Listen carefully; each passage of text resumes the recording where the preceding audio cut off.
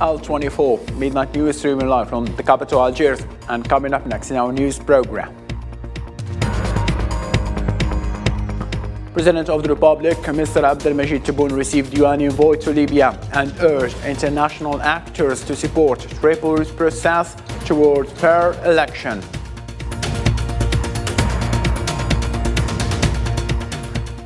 In the Middle East, Zionist troops shot and killed 2 young Palestinians in the West Bank, bringing the number of Palestinians killed by Zionist forces this new year to 19.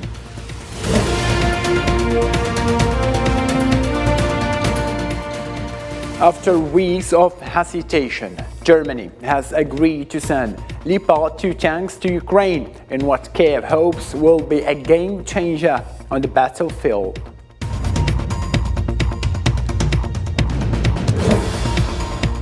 Just hours after President Dina Boluarte called for a truce, thousands of protesters poured into Peru's capital and clashed with security forces in the country's longest-running conflict since December.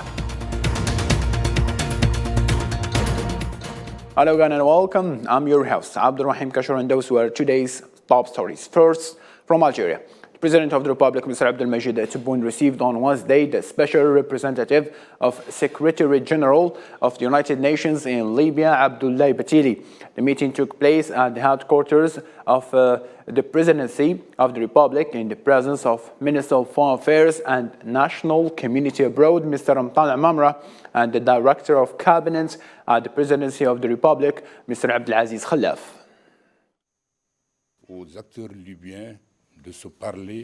I would like to point out that Algeria is supporting the mission that I have been responsible of. Today, I am in Algeria to take the latest proposals in the file. I am convinced that Libyans will be attentive to neighboring Algeria, which remains affected by the Libyan crisis. I would also like to thank President Abdelmajid Tebboune for all the efforts undertaken and those that will be made to enable all parties concerned to speak with one voice. President of the Republic, Mr. Abdelmajid Tebboune, also received on Wednesday the Ambassador of the Republic of Bulgaria, Roman Petrov, who paid him a farewell visit at the end of the mission in Algeria. The meeting took place in the presence of the Director of Cabinet at the Presidency of the Republic, Abdelaziz Khalaf.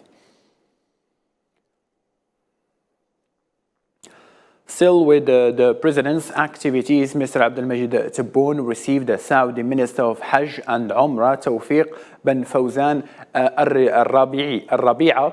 The meeting took place at the headquarters of the Presidency of the Republic in the presence of Director of Cabinet at the Presidency of the Republic, Abdelaziz Khalaf, and the Minister of Religious Affairs and Endowments, or Al-Waqf, Youssef Belmahdi.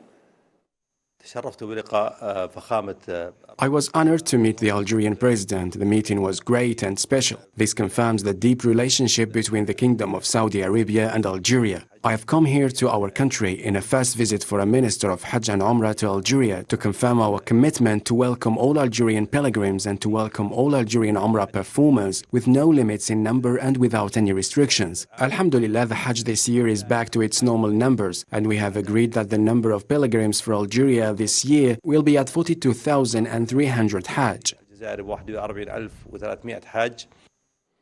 Memory and movement, 2 files on the work table of the 9th session of the Algerian-French political consultations in Algiers. These proceedings are chaired by Secretary General of the Algerian Ministry of Foreign Affairs, Ammar Bellani, and his French counterpart. They came after the meeting of the Algerian-French Intergovernmental Committee last October. The work of the 9th session of the Algerian-French political consultation is being conducted at a time when bilateral relations are witnessing mutual trust and developing in a dynamic that is irreversible, which is built on the basis of the Algiers Declaration signed on the 28th last August during the visit of French President Emmanuel Macron to Algeria. I can say that we're participating together in the construction of an unprecedented step between our two countries. As you have just mentioned, it's full of trust. 15 ministers came to Algiers to participate in the Algerian-French Intergovernmental Committee last October, which allowed them to identify new fields of cooperation and discussion. European parliamentarians expressed their concern over the hesitation of European Commission about 29 MPs sent a letter to the President of the Parliament in order to use her powers to impose harsher sanctions on the Moroccan regime after its involvement in Morocco Gate scandal that it has been proven. It is noteworthy that the High Representative for Foreign Affairs of the European Union, Joseph Borrell, visited Morocco in early January, despite his involvement in the creation of a network of extortion and bribes to interfere in the democratic process of the European Parliament.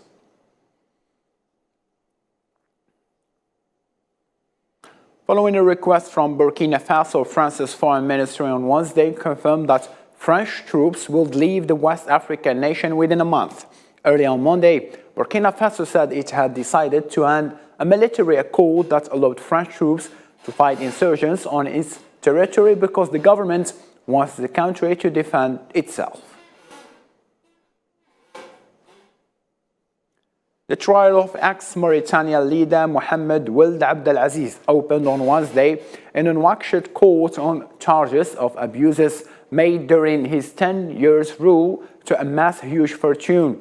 Mr. Ould Abdelaziz, who led the country of 4.5 million inhabitants from 2008 to 2019, is appearing alongside a dozen well-known personalities, including 2 former heads of government, former ministers, and businessmen.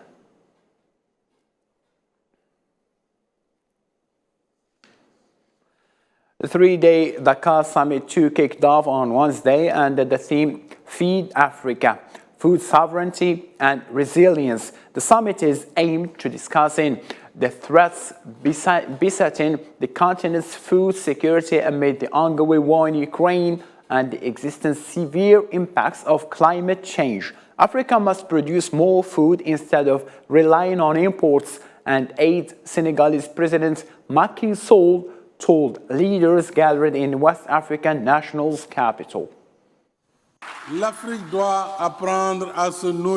Africa must learn to feed itself and contribute to giving food to the world. We have the potential. We are 1.4 billion people, living on more than 30 million square kilometers, with more than 60% of the world's untapped arable land. Sur plus de 30 millions de kilomètres carrés. 2 Palestinian young men were killed on Wednesday by the Zionist occupation forces in separate incidents. The Palestinian Health Ministry confirmed the 22-year-old Arif Abdel Nasser was shot dead near the city of Kalikia following an alleged attempt of stabbing a Zionist soldier. Separately, Mohammed Ali, aged 17, was killed during an operation in Shafat refugee camp in East Al-Quds. Protesters burned tires and held up handfuls of local currency bills on Wednesday at entrance of the Lebanese central bank in Beirut, voicing anger against the spiraling devaluation of the lira. Lebanon's economic recession, which began in 2019, has cost the lira around 97% of its value. The decline has been particularly steep in January, dropping from 42,000 Lebanese lira per dollar to a new low level of 56,000 this week. I used to spend this 16,000 Lebanese lira to buy a kilogram of meat for me and my kids. Now they don't even buy me chewing gum. 250 grams of meat cost 100,000 Lebanese lira. Fear God. Our kids are hungry. We're hungry. Drop the dollar. We want to live. Have mercy on us. Hundreds of people demonstrated near the central bank headquarters in Baghdad on Wednesday to protest at the recent slide of Iraqi dinar against the dollar that has triggered a rise in prices of imported consumer goods. Hundreds from different Iraqi regions waved Iraqi flags or carried banners demanding government intervention to stop the dinar's decline. People are hungry. People are tired. People are destroyed. The economic situation is difficult. Youth are unemployed. We set off for work with the hope of earning 5,000 dinars, and we either make it or we don't. So what we are supposed to do? Families are struggling. Everyone is suffering. 20 years of theft and all these billions and all these so-called budgets. And what we are left with today, the dollar. Algeria strongly condemned the attempt to attack the symbols of Islam following a serious slip of far-right leader who tore a copy of Holy Quran in front of the seat of parliament in the Dutch city of The Hague, calling on the governments of the countries concerned to take the necessary measures to prevent these acts of provocations, according to a statement from the Minister of Foreign Affairs and National Community Abroad.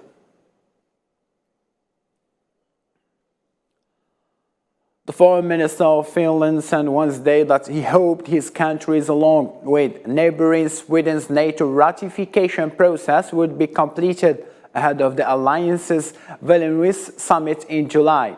On Tuesday, Turkey postponed NATO accession talks with Sweden and Finland after Turkish President Recep Tayyip Erdogan condemned Stockholm for allowing weekend protests that included the burning of Quran outside the Turkish embassy in Sweden's capital. Well, how do we see the way forward with Turkey? We are, of course, in the hands of those two countries that have not yet ratified. We know that NATO is a club, that all the members have to ratify, new members. Hungary has promised us that they will proceed in the parliament in February, probably late February. And with Turkey, we don't have currently a timetable. In the same line of thought, it's now been 8 months since Sweden and Finland declared their intent to join NATO. But getting into NATO requires the consensus of all member states, including Turkey. The latest Quran burning in Sweden has reduced the country's chances of joining NATO, with Erdogan threatening to scupper the bid. More in this report. Sweden Prime Minister on Tuesday said that his country wants to return to dialogue with Turkey to allow the Nordic countries vital accession to NATO after the halt in negotiations with Ankara.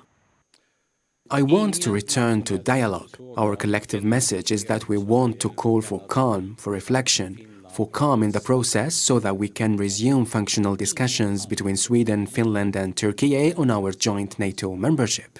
This came after President Tayyip Erdogan's statement on Monday, saying that Sweden should not expect Turkey's support for its NATO membership, and Finland suggesting it might consider moving ahead with its application to join NATO without its neighbor Sweden. It is very obvious those who allow such blasphemy in front of our embassy can no longer expect our support for their NATO membership.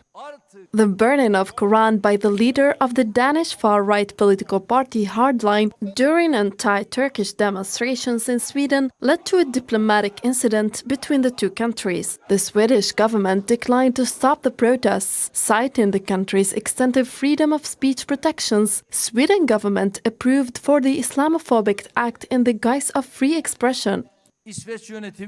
Swedish government doesn't need to mention about the rights and freedom to us. If you really do respect rights and freedom, at first, you need to respect Turkish Republic or Muslims' religious beliefs. If you don't show that respect, I'm sorry, you will not see any support from us regarding NATO issue.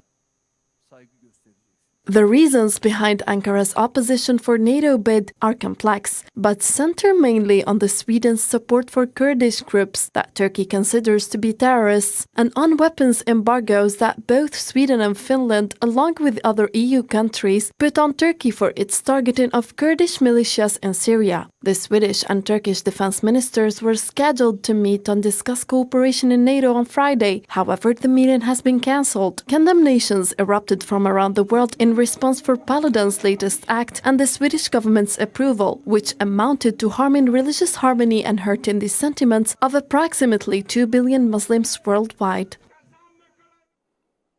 The Russia-Ukraine conflict, Germany and the United States announced Wednesday that they will send battle tanks to Ukraine, the first stage of a coordinated effort by the West to provide dozens of heavy weaponry to Kiev. Nabil Khazini.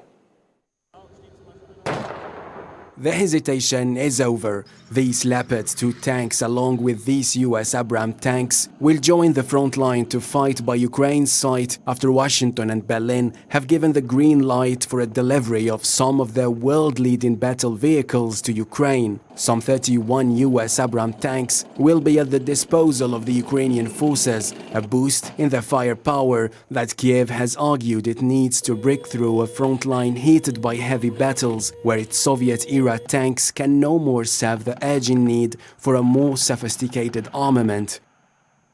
The Abrams tanks are the most capable tanks in the world. They're also extremely complex to operate and maintain. So we're also giving Ukraine the parts and equipment necessary to effectively sustain these tanks on the battlefield. And we'll begin to train the Ukrainian troops on these issues of sustainment, logistics, and maintenance as soon as possible. Germany as well confirmed that it will initially supply 14 Leopard 2 tanks along with ammunition and logistical and maintenance support to Kiev. However, the question now is, what will this move bring to the war in Ukraine? Russia denounced the American and German initiatives as a rather disastrous plan that won't change matters on the battlefield. Kiev says heavily armored Western battle tanks would give its troops more mobility and protection before the Russian forces. In more general terms, what these kinds of weapon systems like the M1 tank, the Leopard 2, the Strikers, the Martyrs, it gives them an offensive, mechanized, armored punching force that can carry out offensive, create penetrations in the Russians' lines, and that also potentially can produce surprise and shock. And surprise and shock for a defender can be a really powerful thing. Germany's decision paved the way for other countries such as Poland, Spain and Norway to supply their stocks of Leopard tanks to Ukraine, as they needed Berlin's permission first due to export license agreements. Spanish police arrested on Wednesday a 74-year-old man suspected of sending parcel bombs in November and December to targets including Ukrainian and U.S. embassies and the Prime Minister's office in the country. The Spanish Interior Ministry said the man, who detained in the northern town of Miranda de Ebro, and police searched his home.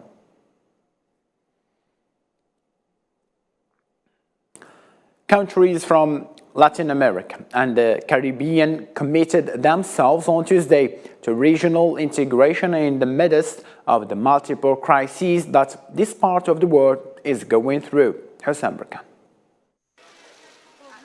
Community of Latin America and Caribbean states closed its 7th summit in Buenos Aires on Tuesday. It featured the area incorporation of Brazil into the forum, as well as raising differences amid political crises afflicting several South American countries. President of the hosting country highlighted the unjust embargo some Latin American countries are subjected to from Western states, namely Cuba and Venezuela.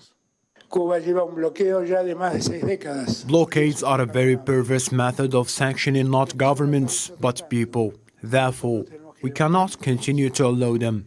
Cuba has been under a blockade for over 6 decades, which is unforgivable. Venezuela suffers the same, and we have to raise our voices. Colombia's President Gustavo Petro reaffirmed his country's position regarding sending Russian weapons on his behalf to Ukraine, arguing that peace on the international arena is enshrined in their constitution. Mrs. Richardson, head of the U.S. government Southern Command, and other people from the United States asked me to solve the Russian military weapons we have. We should hand them over to them, and they should take them to Ukraine. I told them that our constitution has peace as its order in the international arena. This will remain scrap metal in Colombia, and we will not hand over the Russian weapons so that they can take them to Ukraine to continue the war. Uruguay's president, in turn, called on CELAC leaders to strengthen economic integration between Latin American and Caribbean states and emphasized the importance of cooperation with China. Our position is basically to move forward with a free trade agreement, and if it is with Mercosur, all the better. Nobody is unaware of the strength that Uruguay, Brazil, Argentina and Paraguay can have together. And if not, what we have done so far is to advance in a feasibility study together with China, which has had positive consequences. And now we are ready to start negotiating bilaterally with China. The 7th CELAC summit witnessed the participation of Chinese President Xi Jinping via video address. President Xi noted that Latin American and Caribbean countries are important members of the developing world. It should be noted that in search of mutual benefits, a growing number of Latin American and Caribbean countries have had cooperation with China recently, with the purpose of promoting the joint construction of a high-quality Belt and Road initiative. Sitting Latin American Venezuelan parliament approved on Tuesday with majority a law that will regulate the operation of non-governmental organizations, considering that many of these are affiliated with United States governments. From the outset, Venezuelan parliament has a list of 62 non-governmental organizations that are believed to operate for political purposes and are financed by countries like the United States, considered the main enemy of the administration of President Nicolas Maduro. Peru's President Dina Boluarte has called for a national truce after violent protests flared up in the country's capital city of Lima. But hours after her speech, protests erupted again in the Peruvian capital, demanding her resignation. Marim Zia. Hours after Peru's President Dina Boluarte called for a national truce, thousands of people marched in the Peruvian capital, demanding her resignation. Protesters clashed with police who fired tear gas and some threw rocks at the security forces. There is no truce. There can be no truce with a murderer, nor with Congress acting as a dictator. Demonstrators have rocked the country, resulting in more than 50 deaths since the president's predecessor Pedro Castillo was ousted on 7 December. Protesters demand the resignation of the current president, snap elections, and the dissolution of Congress. We're going to stay on the streets until Dina Boluarte is out of the way and Congress is kicked out. The president said she supported the right to protest, but denounced violence, adding that the rallies caused $1.3 billion in damage to infrastructure. Many countries expressed their concern at the United Nations about the repression of the demonstrations in Peru, but the Peruvian ambassador to the UN assured that his country respected peaceful demonstrations and is working on restoring social peace. Dina Boluarte is the sixth to hold the presidency of the Peruvian Republic in 5 years. Besides, the country has not achieved stability since the return of democracy in 2000. The crisis is an echo of the rift between the capital and the impoverished provinces that backed Native American President Pedro Castillo. And now for more international news, let's follow this roundup. Some 40 activists on Wednesday staged a protest outside the European Parliament to mark the 4th anniversary of Brumadinho Dam collapse, which left 270 people dead on January 25, 2019. Outside the EU parliamentary body, protesters covered themselves with soil to symbolize the flows of mud that ravaged forests near Corrego do Fiao mine. Chicago authorities said 1 person has died and 6 people were taken to hospitals Wednesday as firefighters responded to a high-rise apartment building fire on the city's south side, battling flames on multiple floors as snow fell.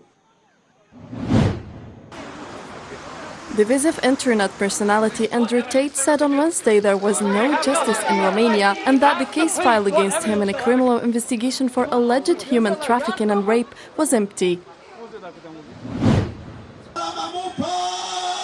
Tanzania opposition leader Tundu Lissu has returned to the country from self-imposed exile in Belgium, where he had lived since surviving an assassination attempt in 2017 when he was shot 16 times. The outspoken politician arrived at Dar es Salaam airport Wednesday and was welcomed by hundreds of supporters, with many clapping and cheering.